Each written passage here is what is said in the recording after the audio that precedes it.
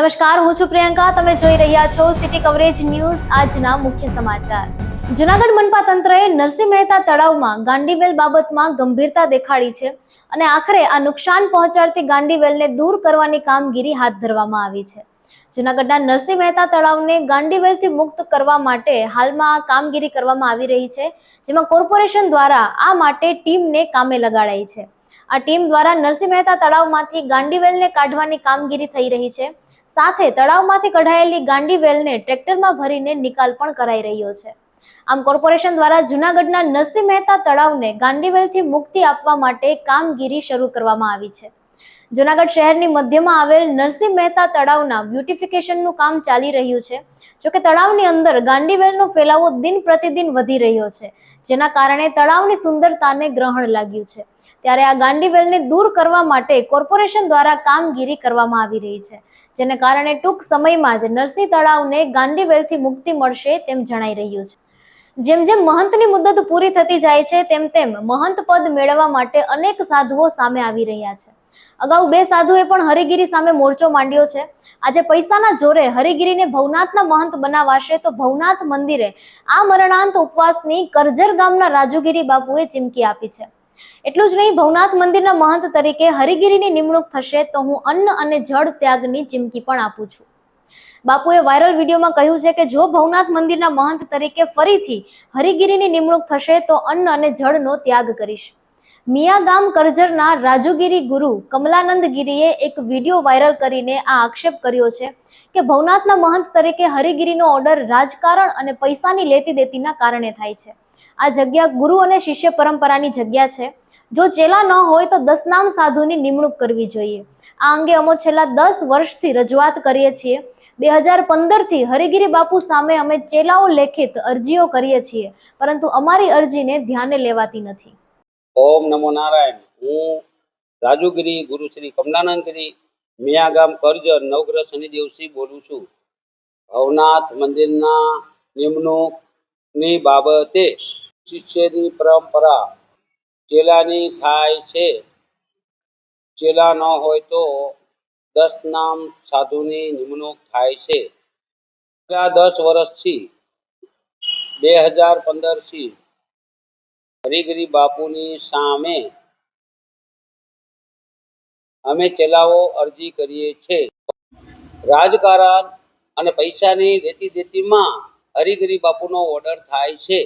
હમણે હાલમાં તારીખ 31/7/2025 રોજ હરિગીરી બાપુની મુદત પૂરી થાય છે.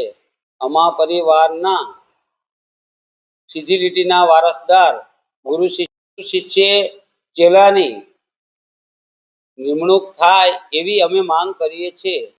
અમારા પરિવારમાં નિમણૂક કરવામાં નહીં આવે તો અમે ભવનાથ મંદિરની સામે અમે જળ અન્ન પાણી મૂકીને અમે અપાસ ઉપર ઉતરશું. અમારા પરિવારને કંઈ થશે તો પૂરી જવાબદારી સરકારના માથે રહેશે. ઓમ નમો નારાયણ. વિસાવદર ચૂંટણીમાં આમ આદમી પાર્ટીની જીત પછી પાર્ટી જૂનાગઢમાં પૂરજોશમાં આવી ગઈ છે. આજે આમ આદમી પાર્ટી જૂનાગઢ જિલ્લાની એકમાત્ર સિવિલ હોસ્પિટલમાં વિવિધ વ્યવસ્થા અંગે રજૂઆત કરવા માટે પહોંચી હતી. ત્યારે આમ આદમી પાર્ટીના મહિલા પ્રદેશ અધ્યક્ષ રેશમા પટેલે જણાવ્યું કે જૂનાગઢ સિવિલ હોસ્પિટલમાં ઘણા દર્દીઓ સારવાર માટે આવે છે, જીવ બચાવવા માટે આવે છે, પરંતુ અવ્યવસ્થાના કારણે દર્દીઓને અનેક મુશ્કેલીઓનો સામનો કરવો પડે છે. વધારામાં કેસ નોંધાવા દર્દીને ટોકન સિસ્ટમની આટીઘૂટીમાં નાખી દાઝ્યા ઉપર ડામ દેવા જેવી પરિસ્થિતિનું નિર્માણ કર્યું છે. જીવ બચાવવા આવતા દર્દી શારીરિક રીતે પીડાતા હોય છે અને આવી અનેક અવ્યવસ્થાથી માનસિક રીતે પીડાઈને હિંમત હારે છે. ગરીબ, મધ્યમ વર્ગ અને આર્થિક રીતે નબળો વર્ગ જ સિવિલ હોસ્પિટલમાં સારવાર લેવા માટે આવતો હોય છે. ત્યારે આવા આર્થિક, માનસિક અને શારીરિક રીતે હેરાન પરેશાન દર્દી સાથેના આ વ્યવહાર માનવતાને શરમાવે એવા છે. ત્યારે આમ આદમી પાર્ટી દ્વારા તાત્કાલિક વ્યવસ્થા સુધારવા વિનંતી સાથે કામ માંગણી કરીએ છીએ તેમ આમ આદમી પાર્ટીના મહિલા પ્રદેશ અધ્યક્ષ રેશમાબેન પટેલે સિવિલ સુપ્રેસિડેન્ટને રજૂઆત કરી છે.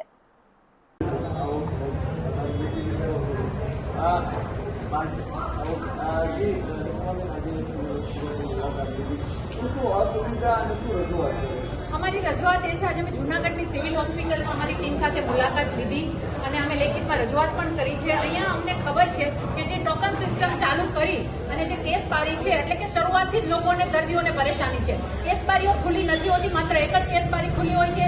તો નર્મલી જે કેસ બારી છે એ પણ અમે આવ્યા ત્યાં સુધી બંધ હતી. તો આ પહેલી વાત તો કેસ બારીને લઈને જે વાત છે એને લઈને અમે રજૂઆત કરી છે, કારણ કે લોકો હેરાન પરેશાન થઈ રહ્યા છે, જવાબ સરખા મળતા નથી, એને અહીંથી વાને વાતથી વાત ધક્કા ખાવા પડે છે. તો એને પણ અમે રજૂઆત કરી છે. એટલે ટોકન સિસ્ટમ કાં તો બંધ કરો અને કાં તો આ ટોકન સિસ્ટમને મજબૂત સાઉન્ડ કરો, જેથી કરીને દર્દીઓને હેરાન ના થવું પડે.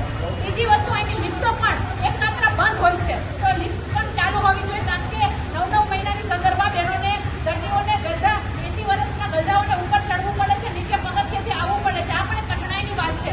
ગંદકીની વાત કરું તો પાર્કિંગમાં તમે જોવો તો ગંદકી એટલી છે, પાર્કિંગમાં ગંદકી એટલી છે જેને તમે જોઈ શકો છો, વિઝ્યુઅલ લઈ શકો છો. આટલી ગંદકી છે. ટોયલેટ બાથરૂમની વાત કરું તો તાળા મારેલા હોય છે. તો જે પૈસાના, જે જનતાના ટેક્સના પૈસે સિવિલ હોસ્પિટલ બને છે, અહીંયા આવવાવાળો વર્ગ એકદમ મધ્યમ અને ગરીબ હોય છે, એની પાસે એન્ટ્રન્સ પણ નથી હોતો, એટલે ડોક્ટર કાઢવામાં પણ એને તકલીફ પડે છે. તો આવી બધી છે. અને સર્જનો નથી. આજે સમજો આવડી મોટી સિવિલ હોસ્પિટલ જે માત્ર જૂનાગઢ જિલ્લો નહીં, આજુબાજુના અન્ય જિલ્લાના પણ આવે છે. તો અહીંયા જે અસગવડો છે, સર્જનો નથી, જે કહેવાય છે કે મશીનરીની ઉણપ છે, આ દરેક મુદ્દાઓને લઈને અમે રજૂઆત કરી છે. અને અમારી માંગણી છે કે સૌથી પહેલા કેસ કાઉન્ટરની વ્યવસ્થા સુધારો અને જે ઇન્ક્વાયરી ઓફિસ અહીંયા જે છે એ ઇન્ક્વાયરી ઓફિસમાં સારા અધિકારી બેસાડો, જે દર્દીને ગાઈડ કરી શકે, એક એક શબ્દને લઈને દોડાવે નહીં કે વાહ જાઓ વાહ જાઓ વાહ જાઓ. એટલે અમારી માંગણી છે. અને આવી જ રીતે આમ આદમી પાર્ટી જનતા રેડ કરશે ફરી પાછું, અને જે પણ અગવડો હશે એને સગવડમાં બદલવા માટે અમારી માંગ છે. અને અમે જનતા રેડનો સહારો લઈને ખુલ્લા મૂકશું આ લોકોને.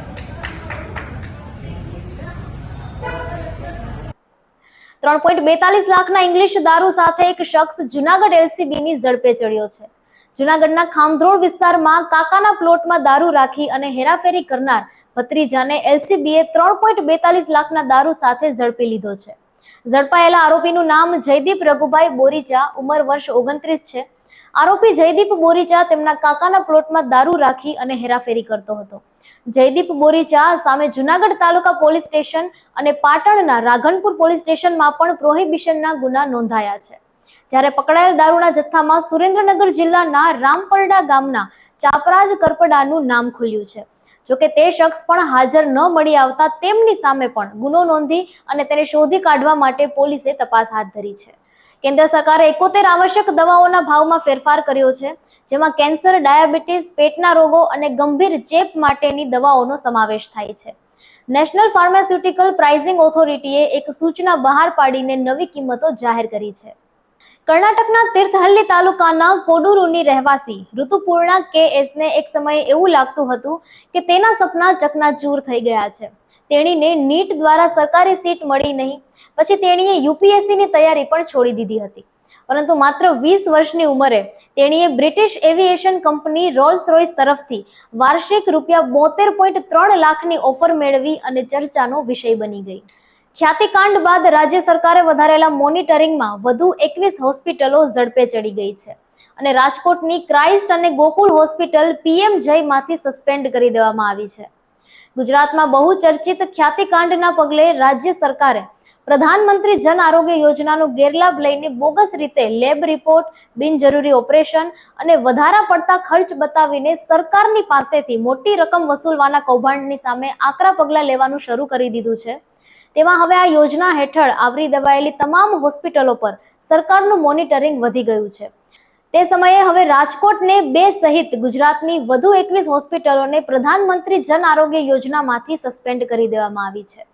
હવે PM જનધન સહિત કેન્દ્રની 4 બેન્કિંગ સેવા ઈ-ગ્રામ સેન્ટર પરથી મળશે. ગુજરાતમાં જન સુરક્ષા અભિયાનને પ્રોત્સાહન આપવા માટે PM જનધન સહિત કેન્દ્રની 4 યોજનાઓની બેન્કિંગ સેવાઓની કામગીરી ઈ-ગ્રામ સેન્ટર ખાતેથી વિનામૂલ્યે ઉપલબ્ધ કરાવવાનો મુખ્યમંત્રી ભૂપેન્દ્ર પટેલ દ્વારા મહત્વનો નિર્ણય કરવામાં આવ્યો છે. આ માટે ઈ-ગ્રામ વિશ્વગ્રામ સોસાયટી દ્વારા VCEને મહેનતાણા તરીકે ₹20 ચૂકવવામાં આવશે.